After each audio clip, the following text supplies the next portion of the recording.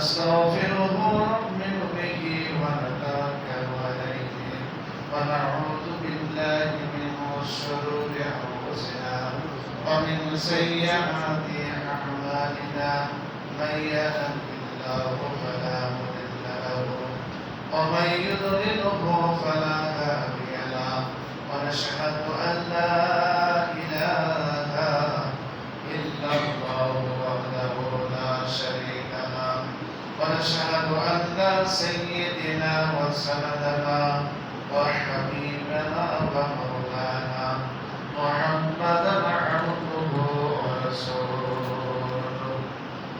الذي أرسله بالحق بشيرا ونذيرا وداعيا إلى الله بإذنه وسراجا منيرا وقد قال الله تعالى في كلامه المجيد وفرقانه الحميد أعوذ بالله من الشيطان الرجيم بسم الله الرحمن الرحيم شهر رمضان الذي أنزل فيه القرآن هدى للناس وبينات من الهدى والفرقان وقال الله تعالى في كلامه المجيد وفرقانه الحميد بسم الله الرحمن الرحيم فإما يأتينكم مني هدى فمن تبع هدي فلا خوف عليهم ولا هم يحزنون وقال النبي صلى الله عليه وسلم من صام إيمانا واحتسابا غفر له ما تقدم من ذنبه إلى آخر الحديث وقال الله تعالى في شأن رسول الله صلى الله عليه وسلم إن الله وملائكته يصلون على النبي يا أيها الذين آمنوا صلوا عليه وسلموا تسليما اللهم صل على محمد وعلى آل محمد كما صليت على إبراهيم وعلى آل إبراهيم إنك حميد مجيد اللهم بارك على محمد وعلى آل محمد كما باركت على إبراهيم وعلى آل إبراهيم إنك حميد مجيد آمنت بالله উপস্থিত মসজিদের মুসল্লিন কিরাম আল্লাহ পাকের দরবারে শুকর গুজার হচ্ছি যে আল্লাহ রাব্বুল আলামিন আমাদেরকে রমজান মাসের আজকে মাঝামাঝি দিনে এই শুক্রবার মসজিদে হাজির হওয়ার জন্য তৌফিক দান করলেন সেই জন্য মহান রবের দরবারে আমরা শুকরিয়া আদায় করে সকলে করছি আলহামদুলিল্লাহ দরুদ পেশ করছি মানবতার ডিক্টেটর মানবতার মুক্তির দিশারি এই পৃথিবীর মহারা মানুষের রাহবার পরকালের সুপারিশকারী বিশ্ব নেতা জনাবে মুহাম্মদ রাসূলুল্লাহ সাল্লাল্লাহু আলাইহি ওয়াসাল্লাম সম্মানিত হাজিরিন আজকে আমি আপনাদের সামনে পবিত্র কোরআনে কারিমে সূরা আল বাকারা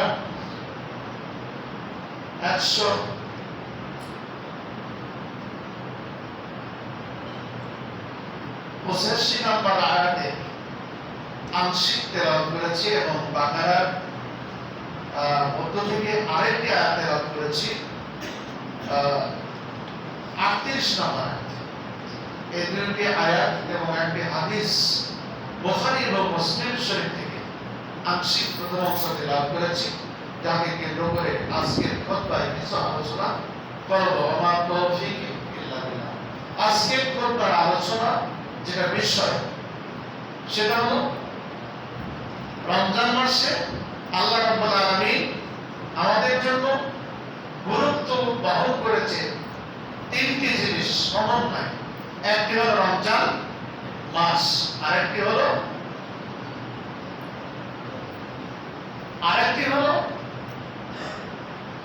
কোরআন, আর 3 নম্বর হলো সিয়াম।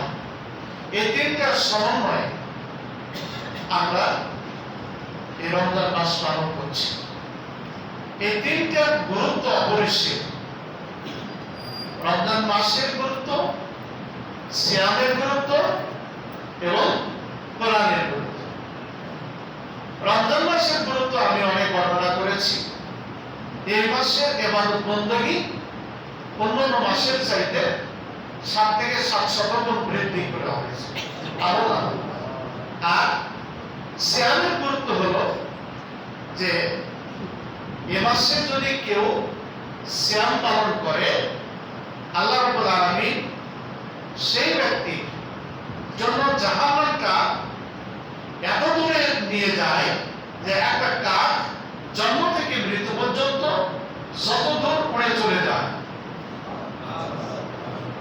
এটা কল্পনা।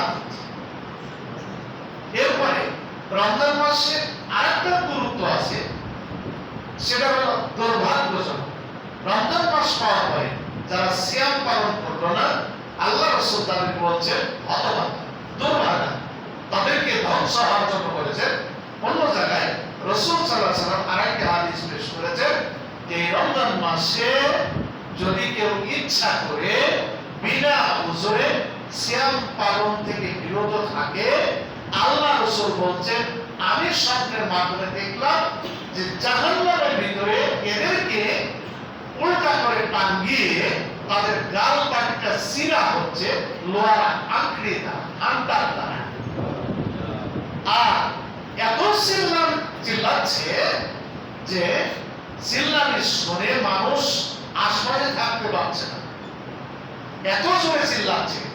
আর দুই গালের পাটি দিয়ে খুন ঝরছে, একবার সিরা হচ্ছে, কিছুক্ষণ পরে এটা মুছে যাচ্ছে, আবার আরেকবার সিরা হচ্ছে, এটা আবার কিছুক্ষণ পর মুছে যাচ্ছে।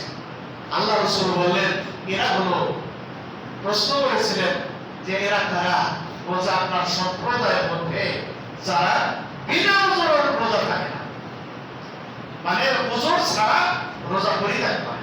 তাহলে রোজার একদিকে আল্লাহ রাসূল গুরুত্ব বর্ণনা করেছেন যারা আমল দ্বারা ভাগ্যকে পরিবর্তন করবে, অপরদিকে এই মাসে আমল না করে জাহান্নামের পথটা সিলসিলা করে নেবে। শুধু জাহান্নামের পথ না, তাদের শাস্তির পথটা চূড়ান্ত করে নেবে। এরপরে আসতেছে এই রমজান মাসের গুরুত্ব ফজিলতের পরে, সিয়ামের গুরুত্ব ফজিলতের পরে কোরআন কারীম। আল্লাহ রাব্বুল আলামিন এই রমজান মাসে কোরআন নাযিল করেছেন, সেই আয়াতটি আমি তেলাওয়াত করেছি। আল্লাহ রাব্বুল আলামিন বলেন শাহরু রমাদান আল্লাযী উনজিলা ফীহিল কুরআন ওয়া হুদাল লিন-নাসি ওয়া বাইয়িনাতুম মিনাল হুদা ওয়াল ফুরকান। আল্লাহ রাব্বুল আলামিন রমজান মাসে কোরআন নাযিল করেছেন মানুষের হেদায়েতের জন্য। বলেন সুবহানাল্লাহ। আল্লাহর কত বড় দয়া যে আমি দুনিয়াতে মানুষ সৃষ্টি করে পাঠাইছি, কিন্তু এরা কোন সঠিক পথের সন্ধান পাওয়া দরকার, নাহলে তো তারা জাহান্নামে যাবে। এই জন্য আল্লাহ দয়া করে, মায়া করে, করুণা করে, অশেষ রহমত দিয়ে পরিপূর্ণ করে আমাদের জন্য একটা হেদায়েতের গ্রন্থ হিসাবে কোরআন কারীম নাযিল করে দিয়েছেন। এই কোরআনটাকে বলা হচ্ছে মানুষের জন্য হেদায়েত, হুদাল লিন-নাস। শুধু হুদাল লিন-নাস নয়, আল্লাহ রাব্বুল আলামিন কোরআন কারীমের কয়েক অংশ বলছেন ওয়া বাইয়িনাতুম মিনাল হুদা ওয়াল ফুরকান। কোনটা হক আর বাতিল, কোনটা সত্য আর কোনটা মিথ্যা, কোনটা হলো খারাপ, কোনটা হলো ভালো, এর সঠিক দিক নির্দেশনা দিয়ে পার্থক্যকারী হিসাবে কোরআন কারীমকে আল্লাহ নাযিল করে দিয়েছেন। বলেন সুবহানাল্লাহ। এত কিছু পরিষ্কার করে দেওয়ার পরে আমাদের আর কিছু প্রয়োজন আছে? নাই। আল্লাহ রাব্বুল আলামিন এই কোরআন কারীমে যেই দিনটিতে নাযিল করলেন, যে রাত্রিতে, সেই রাত্রির গুরুত্ব বুঝিমতো আমি একদিন মনে করেছি। সেটা হলো লাইলাতুল কদর। এই কদরের রাত্রিতে যে কোরআন কারীম একসাথে আল্লাহ রাব্বুল আলামিন সপ্ত আসমানে নাযিল করেছেন, এই যে রাত্রিতে কোরআন কারীম আমাদের জন্য নাযিল করলেন, সেই রাত্রিটির নাম হলো লাইলাতুল কদর। আর আল্লাহ রাব্বুল আলামিন বলেন এই লাইলাতুল কদরের গুরুত্ব হলো 1000 মাস ইবাদত বন্দেগী করে মানুষ যা সওয়াব অর্জন করবে তার চাইতে অনেক অনেক গুণে বলা হচ্ছে উত্তম ইবাদত করবে একটা রাত। তাহলে একটা রাত ইবাদত বন্দেগী করে 1000 মাসের ইবাদত বন্দেগীর চাইতে শ্রেষ্ঠ এবং উত্তম এবং বেশি ইবাদত করা হবে একটা রাত। সে রাতটা কোন রাত? আল্লাহ রাসূল ঘোষণা করে দিয়েছেন যে রমজান মাসের শেষ দশকে বেজোড় কয়েকটা রাতের মধ্যে দিয়ে সংগঠিত হয়। এখন এখানে অনেকে প্রশ্ন করে যে হুজুর, আমরা তো বাংলাদেশের মানুষ, আমরা পাইব বেজোড় রাত্রি যখন, তখন অন্যান্য দেশ মিডল ইস্ট তখন আগের দিনে বেড়ে যায়, তাহলে আমরা কেমনে বেজোড় রাতগুলো পাবো? রাত তো একটাই, রাত একটা, ওই একই রাত্রিতে লাইলাতুল কদর সংগঠিত হবে। আর এই রাত্রিতে বান্দা ইবাদত বন্দেগী যারা করবে, আল্লাহ বলছেন তার ভাগ্য প্রসন্ন, যা চাইবে আল্লাহর কাছে সে তা পেয়ে যাবে। তাহলে আমরা সেই রাত্রিটা কেমনে আমরা বুঝবো যে এই রাত্রি? এই জন্য আল্লাহ রাসূল বলেছেন যে আমার উম্মতের মধ্যে যারা ইতিকাফ করবে তাদের তো হারানোর সুযোগ নাই, না পাওয়ার কোনো প্রশ্ন নাই। শেষের 10 রাত্রি, এই 10টা রাত্রির জন্য ইতিকাফ যারা পালন করবে, বলছে তাদের জন্য যদি সঠিকভাবে লাইলাতুল কদর জাগতে পারে, আল্লাহ রাসূল বলেছেন অবশ্যই তার জীবনে সে লাইলাতুল কদর পেয়ে যাবে। এটা এক নম্বর সুযোগ। আর একদিকে ইতিকাফ যারা করবে, এই মহল্লাবাসীর জন্য পক্ষ থেকে তারা একটা সুন্নত হক আদায় করবে, হক আদায় করে ফেলবে সকলের পক্ষ থেকে। আল্লাহ রাসূল আরো বলছেন লাইলাতুল কদর যে সংগঠিত বেজোড় রাতে, আমরা একটা যদি বৈজ্ঞানিক থিওরিতে বোঝাই, তাহলে আমরা স্পষ্টভাবে বুঝতে পারবো যে লাইলাতুল কদর আমরা বাংলাদেশের বেজোড় রাত্রিতে পেয়ে যাব। সেটা হলো, ধরুন একটা গোল একটা দাগ দেন, একটা গোল দাগ দেন, গোল করে এক জায়গা থেকে তো শুরু করবেন গোল দাগ দেওয়া, কদম দিয়ে এক জায়গাতে ধরে আস্তে করে এইভাবে টান দিয়ে আবার ওই জায়গাতে ঠেকালে একটা গোল চিহ্ন হলো। তো আমরা বৈজ্ঞানিক পদ্ধতি উদাহরণ দিয়ে বোঝাতে চাই, যেখান থেকে কলম ধরলাম আমরা গোল দাগ দেওয়ার জন্য, রাত্রি মনে করে ওইখান থেকে শুরু হলো, অথবা লাইলাতুল কদর ওইখান থেকে শুরু হলো, শেষ তো আছে, শুরু যেখানে শেষ এক জায়গায় হবে, তাহলে ওই জায়গাটা আসলেই তো শেষ হবে। যেখান থেকে ধরলাম ওই জায়গা থেকে গোল হয়ে চলে আসে, আবার ওই জায়গাতে ঠিকলে লাইলাতুল কদর শেষ হবে। এই জন্য আমাদের দেশে যদি শুরু হয় দিন, সৌদিতে রাত্রিতে শুরু হলো, ধরেন ওই রাত্রিতে ঘুরে এসে আবারও সৌদিতে রাত্রি হবে, তাহলে বোঝা যাচ্ছে যে ওই জায়গাটায় শুরু আসলে দিন রাত 24 ঘন্টা হয়। এই 24 ঘন্টার মধ্যে আমরাও রাত্রি পেয়ে যাব। সালাম ভাই ঘুমাচ্ছেন, আমার বলতে ভাই আসলে মসজিদে আরামের জায়গা, এই জন্য ধন্যবাদ হয়। তো লাইলাতুল কদর আমাদের জীবনে সম্পর্কিত হবে যদি আমরা তালাশ করি, একই মনে খালেস নিয়তে আমরা যদি তালাশ করি। ওই রাত্রি ভাগ্যে পাওয়া মানে আমাদের জীবনটা বদলে যাওয়া। ওই রাত্রির নিদর্শন আল্লাহ রাসূল বর্ণনা করেছেন। সে কি? ওই রাত্রিতে আল্লাহ রাসূল বলছেন পৃথিবীর সকল সৃষ্টিজীব সেজদায় মাথা অবনত করে। সকল সৃষ্টিজীব মাথা অবনত করে দেয়। গাছপালা, তরুলতা, ফেরেশতা এবং যতটুকু প্রাণী আছে, কিন্তু মানুষ আমরা আরামে বিছানা পেয়ে রাত্রিতে ঘুমাই, আমরা জানি না, আল্লাহর কাছে মাথা নত করি না। ওই রাত্রিটা আমাদের ভাগ্যের এই জন্য চলে না। সমাজে ভাইয়া যারা তালাশ করবে তাদের জন্য, তালাশ করে যদি নাও পায় আল্লাহকে সব থেকে বঞ্চিত করবেন না। অবশ্যই আপনারা আমলনামা সবে পরিপূর্ণ করে দেবেন। এই জন্য এই রাত্রিগুলো জানা দরকার। তাহলে আল্লাহ রাব্বুল আলামিন বলছেন রমজান মাসে কোরআন নাযিল করলাম, আর কোন রাত্রিতে? লাইলাতুল কদরের রাতে। এখন আসি, রমজান মাসের আমি গুরুত্ব ফজিলত বর্ণনা করেছি, সিয়ামের গুরুত্ব ফজিলত বর্ণনা করেছি। এত বেশি অন্য মাসে এত গুরুত্ব ফজিলত আল্লাহ রাসূল বর্ণনা করেন নাই। তার এই মাসের গুরুত্ব ফজিলত এত বেশি কেন? কি কারণে? উদাহরণ দিয়ে বোঝাতে চাই। আমরা এই যে রমজান মাসে তুলিতে আতর ব্যবহার করি না? অনেকে তুলিতে আতর ব্যবহার করি। তুলিতে আতর দেওয়ার পরে আমরা কানে এই ভাঁজের মধ্যে রেখে দিই।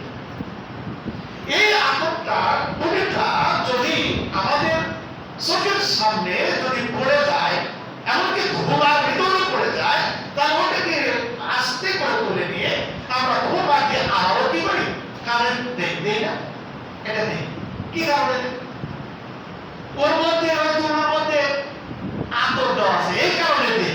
বাজারে লক্ষ লক্ষ টন, হাজার হাজার টন তুলা আছে, ওগুলো তো কানে দিই না। আর যদি পড়েও থাকে পাতে লাঠি দিয়ে চলে যায়, কিন্তু ভোপাতে কেউ কানে দেয় না।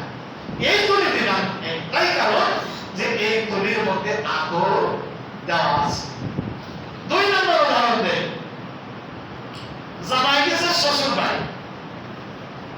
জামাই গেছে শ্বশুর বাড়ি, তো শাশুড়ি কি করবে? জামাই আসলে সাধারণত শাশুড়ি কমপক্ষে জামাইকে সম্মান করার জন্য বাড়িতে মুরগি ভালো মানের খাবারের আয়োজন করে।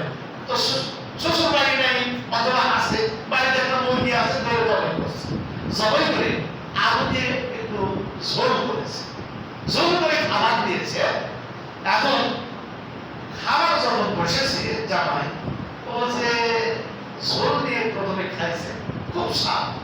বলছে আম্মা খানাটা মুরগিটা ধরে জবাই করে ক্ষতি করেছেন। যদি মুরগিটা ধরে জবাই না করতেন, যে ঝোলের যে টেস্ট, এ ঝোল দিয়ে তো খাওয়া হয়ে গেল, খানাটা মুরগিটা জবাই করা ঠিক করেন। বলছেন জামাই বাবুজি, ঝোল আর আলুর যে স্বাদ বাড়িয়েছে সেটা হলো গোশত। এই গোশত যদি না থাকতো, ঝোলের স্বাদ আর আলুর টেস্ট বাড়তো না। গোশত আছে বলেই এর স্বাদ বৃদ্ধি হয়েছে। আমি এটা বোঝাতে চাইলাম, আতর দেওয়া হয়েছে বলে তোলার গুরুত্ব মর্যাদা বাড়ছে। তরকারিতে মুরগির গোশত দেওয়া হয়েছে বলেই ওই আলুর টেস্ট এবং গোশতের টেস্ট, ঝোলের টেস্ট বৃদ্ধি পেয়েছে। আল্লাহ রাব্বুল আলামিন এই রমজান মাসে কোরআন নাযিল করেছে বলেই রমজান মাসের গুরুত্ব বেড়েছে, রমজান মাসের সিয়ামের গুরুত্ব বেড়েছে। ঠিক কিনা বলেন? কোরআন যদি রমজান মাসে নাযিল না করতো আর লাইলাতুল কদরে যদি নাযিল না করতো, তাহলে রমজান এই মাসের গুরুত্ব বাড়তো না, সিয়ামের গুরুত্ব বাড়তো না। অন্যান্য মাসে আমরা সিয়াম পালন করি, কিন্তু এত ফজিলত বর্ণনা করে। অন্যান্য মাসে অনেকে শাবান মাসে সিয়াম পালন এত গুরুত্ব না। শাবান মাস তো রমজান মাসের ট্রেনিং, যাতে রমজান মাসে ত্রুটি না হয়, এই জন্য সিয়াম পালনের জন্য ট্রেনিং দিই। রমজান মাসটা পালন করার জন্য ট্রেনিং দিয়ে রমজানের সিয়াম পালন করা হয়। সময় হাজির, এই কোরআনে কারীম শুধু মর্যাদায় বৃদ্ধি করছেন রমজান মাসের না, আল্লাহ রাব্বুল আলামিন যে পাহাড়টিতে কোরআন নাযিল করলেন, আমি তো পূর্বে বলেছি সেই পাহাড়টির নাম জাবালে নূর। এই পাহাড়ে যখন আল্লাহ রাসূল ধ্যানমগ্ন ছিলেন, ধ্যানমগ্ন থাকার সময় এই পাহাড়ে কোরআন নাযিল করা হলো। সর্বপ্রথম আয়াত নাযিল করা হলো ইকরা বিসমি রাব্বিকাল্লাযী খলাক। এই আয়াত নাযিল করা হলো সূরা আলাকের ৫টি আয়াত যখন নাযিল করা হলো, আল্লাহ রাব্বুল আলামিন এই পাহাড় যখন কোরআন নাযিল করা হলো, পাহাড়ের নামটা পরিবর্তন করে জাবালে নূর রাখা হলো। কেমন পর্যন্ত এই পাহাড়ের নাম জাবালে নূর থাকবে? ওই সৌদির ময়দানে হাজার হাজার পাহাড় রয়েছে, ওই পাহাড় চাইতে উঁচু পাহাড় রয়েছে, যার মর্যাদা এত বৃদ্ধি নাই, মর্যাদা কেউ দেয় নাই, কোন মানুষও ওই পাহাড়ে ওঠে না। অথচ এই পাহাড়ে উমরা হাজি এবং হজ পালনকারীরা অধিকাংশ গিয়ে ওই পাহাড়ে উঠে 2 রাকাত নামাজ আদায় করে। এই পাহাড়টি জাবালে নূর মানে আলোর পাহাড়। কোরআনের এক নাম নূর। এই কোরআনের নূর মানে আলো। ওই পাহাড়ে আলো নাযিল হয়েছে। এই আলোটা হলো মানুষের এই জাতির ভাগ্য পরিবর্তনের আলো। জাতি অন্ধকারের মধ্যে থাকে, এই অন্ধকার থেকে দূর করবে, দূর করে আলোর মধ্যে বের করে নিয়ে আসবে। অর্থাৎ হলো জাহিলিয়াতের আলো যেটা, জাহিলিয়াতের অন্ধকার যেটা ছিল সুদে পরিপূর্ণ, মদে পরিপূর্ণ এবং নারী ধর্ষণে পরিপূর্ণ এবং জোর চামড়া ছিল। ইবাদত বন্দী করতো না, সিয়াম পালন করতো না, চুরি ডাকাতি রাহাজানি চিন্তায় এইগুলো ছিল নিত্য নৈমিত্তিক ব্যাপার। মানে এমন কোন অপকর্ম ছিল না যা তারা করতো না।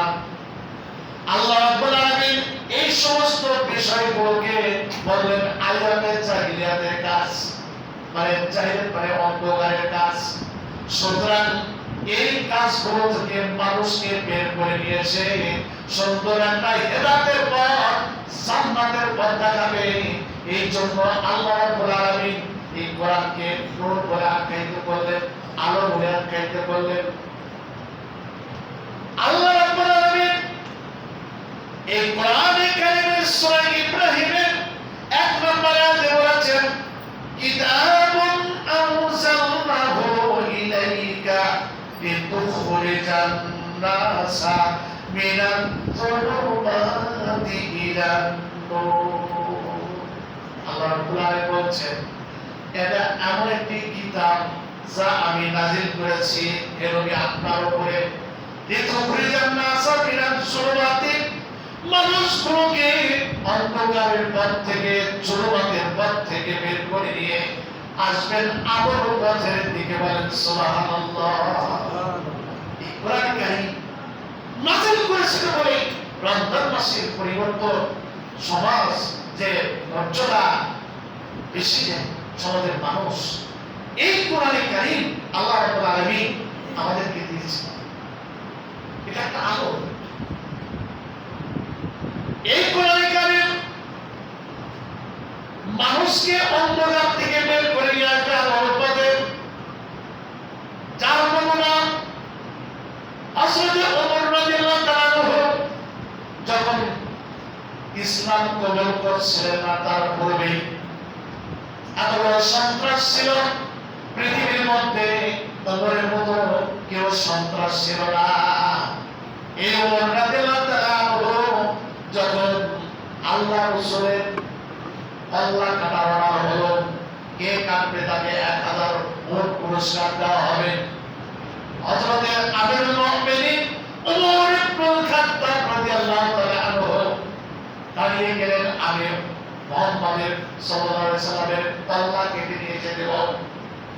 বলছে হাউস থেকে আবু জেহেল, হ্যাঁ তুমি পারবা, আর কেউ পারবে না। ওমর সরে যাচ্ছিল, লম্বা ঘটনা বলতে চাই না, সরে সরে যাচ্ছে আল্লাহ রাসূলকে হত্যার জন্য। অথবা কল্লা কেটে নিয়ে নেবে, তাজা ধরে নিয়ে এসে দিবেন, 1000 ওর পুরস্কার নেবেন। এইবার তাদের মধ্যে দেখা ওমরের বন্ধু ওরাকা বিন নওফল বলছে, বন্ধু তুমি কোথায় যাও? তোমার তো ভাবমূর্তি ভালো না, কারণটা কি একটু বলবা? বলছে দোস্ত প্রশ্ন করো না, দেরি করার সময় নাই। আল্লাহ রাসূল মুহাম্মদ মোহাম্মদ আব্দুল্লাহর বেটা ছেলে, সে নাকি আমাদের ধর্মের বিরুদ্ধে কি যেন প্রচার করতেছে, আমাদের মান সম্মান খর্ব হচ্ছে, তাকে কল্লা কাটবো, তাকে নিয়ে আসবো, আমার জন্য ওর পুরস্কার ঘোষণা করেছে 1000, আমি তার কল্লা কাটতে যাচ্ছি। বলছে দোস্ত রাগ করো না, তুমি তোমার ঘর সামলাও, তোমার নিজের বোন এবং ভগ্নিপতি ইসলাম কবুল করেছে, তুমি আগে তার কল্লা কাটো। ওইখান থেকে ঘুরে গেলাম, মনের বাড়িতে অনেক ঘটনা ঘটলো, ভগ্নিপতিকে আক্রমণ করে মারধর করলো, রক্ত বের হলো। এবার বলছে বোন তোমরা কি করতেছিলে, একটু আমাকে পড়াও দেখি, দেখাও দেখি। বলছে ভাই তোমাকে এমন তো অবস্থায় পাওয়া না, তুমি একটু গোসল করে আসো, ওযু করো, ওযু করে গোসল করে আসার পরে তোমাদের আগে যখন সূরা তাহা করে দিল, তোমার পড়তে পড়তে নিজের মনের অবসরে বেরিয়ে হয়ে গেল তার কণ্ঠ থেকে, আর কি সুন্দর কথা, এটা আল্লাহর বাণী ছাড়া আর কারো কথা হতে পারে না, খুব সুন্দর কথা। বলছে আমি ভুল করেছি, এই ভুল থেকে আমাকে নিয়ে চলো, কোথায় আল্লাহ রাসূল আছে, আমি ইসলাম কবুল করতে চাই। আল্লাহ রাসূলের হাতে হাত দিয়ে ইসলাম কবুল করলো। আমি সংক্ষিপ্ত বললাম, আল্লাহ রাসূলের হাতে যখন ইসলাম কবুল করলো, আল্লাহ রাসূলকে বলছেন ইয়া রাসূলুল্লাহ, ইয়া হাবিবাল্লাহ, আমি যে তরবারি নিয়ে এসেছিলাম আপনার কল্লা কাটার জন্য, কিন্তু সেই তরবারি আজ থেকে ইসলামের পক্ষে চলবে, আমার এই তরবারি আর ইসলামের বিপক্ষে চলবে না। এই আমিরুল মুমিনিন ওমর ইবনে খাত্তাব এমন একজন সাহাবী, এমন একজন খোলাফায়ে রাশিদিনের দ্বিতীয় খলিফা হলেন, এবং তার মতের সাথে আল্লাহর মত দিন জায়গায় মিলে গেছে। ওহী নাযিল করে দিয়ে রাসূলকে বলছে ইয়া রাসূলুল্লাহ, ওমর ইবনে খাত্তাব যে মত পোষণ করেছে এই মত আমার মত। সুবহানাল্লাহ, আল্লাহ তার মতের সমর্থন দিয়ে কোরআনের কারিমের আয়াত নাযিল করে দিয়েছে। তাহলে ওমরকে পরিবর্তন করলো কে? কোরআনের কারিম। তাহলে সুবহানাল্লাহ, শুধু এই লোকটা আমিরুল মুমিনিন ওমর ইবনে খাত্তাব একজন খলিফাই না, ইনি হলেন গোটা পৃথিবীর অর্ধেকের প্রেসিডেন্ট। গোটা পৃথিবীর অর্ধেকের প্রেসিডেন্ট হয়ে তিনি ঘোষণা দিলেন, আমার স্টেটের মধ্যে একটা কুকুরও যদি না খেয়ে মারা যায়, আমি ওমর কিয়ামতের দিনে দায়ী হব। সুবহানাল্লাহ, কি ঈমান তাদের! শুধু তাই নয়, ওমর রাদিয়াল্লাহু তাআলা যখন ইসলাম কবুল করলো, তখন বলছে ইয়া রাসূলুল্লাহ, কোরআন সত্য, রাসূল সত্য, আপনি সুতরাং আর এটা গোপনে থাকবে না। প্রকাশ্যে চলবে। কাবা থেকে 360টা মূর্তি ছিল। আল্লাহ রাসূল বলেছেন জাল হক ওয়া জাহাকাল বাতিল ইন্নাল বাতিলা কানা যাহুকা। সব মূর্তিগুলো হুমড়ি পড়ে ধরায় পরিণত হয়ে যায়। সব বের করা হলো, সাফ করার পরে বেলালকে বলা হবে না, আযান দাও, নামাজ পড়ে প্রকাশ্যে, আর কেউ ঠেকাতে পারবে না। আজকের সমাজেও যদি যারা দাপট সম্পন্ন লোক আছে, আজকে ইসলামের পরিপন্থী পথে, ইসলাম বিবর্জিত পথে, মানব রচিত পথে তারা যদি ইসলামের পথে আসে, তাহলে ইসলামকে এই বাংলার জমিনে প্রতিষ্ঠিত হতে আর দেরি লাগবে না। কিন্তু আজকে যারা বোঝে, দাপট সম্পন্ন লোক, ক্ষমতাবান লোক, তারা আজকে বিপদগামীর পথে থেকে মানুষকে আরো বিপদগামী করছে। দোয়া করি ওই সমস্ত ভাইদের জন্য যারা কোরআন থেকে অনেক দূরে আছে, মানুষ মসজিদের পথে আছে, মানুষের আদর্শ নিয়ে ব্যস্ত আছে, ওইগুলো বাদ থেকে সরে আসতে হবে। নইলে আপনার এই দুনিয়ায় তো সফলতা নাই, পরকালেও আপনার সফলতা নাই। আল্লাহ রাব্বুল আলামিন অনেক কথা ছিল কোরআন সম্পর্কে। কোরআন আল্লাহ রাব্বুল আলামিন এই নাযিল করলেন রমজান মাসে। কেন, কি কারণে নাযিল করেছেন? আমাদের জন্য। এই কোরআনটাকে অন্ধকার দূর করে দিবে। সমাজে যদি প্রতিষ্ঠিত হয়ে যায়, কোরআনের আইন যদি চালু হয়, এদেশে জেলা থাকবে না, এদেশে সুদ থাকবে না, এদেশে মদ থাকবে না, এদেশে ইয়াবা থাকবে না, এদেশে ইনসাফ ভিত্তিক সমাজ প্রতিষ্ঠিত হবে। চাকরি বাকরিতে কোনো সুদ ঘুষের কারবার চলবে না, অফিস আদালতে কেউ সুদ দিয়ে ঘুষ দিয়ে কাজ করবে, এটা থাকতে পারে না। কারণ এগুলো সব দূরীভূত হয়ে যাবে। বড় বড় ডাকাতরা এদেশে বসবাস করতে পারবে না। যদি থাকে, সোনার মানুষে পরিণত হবে।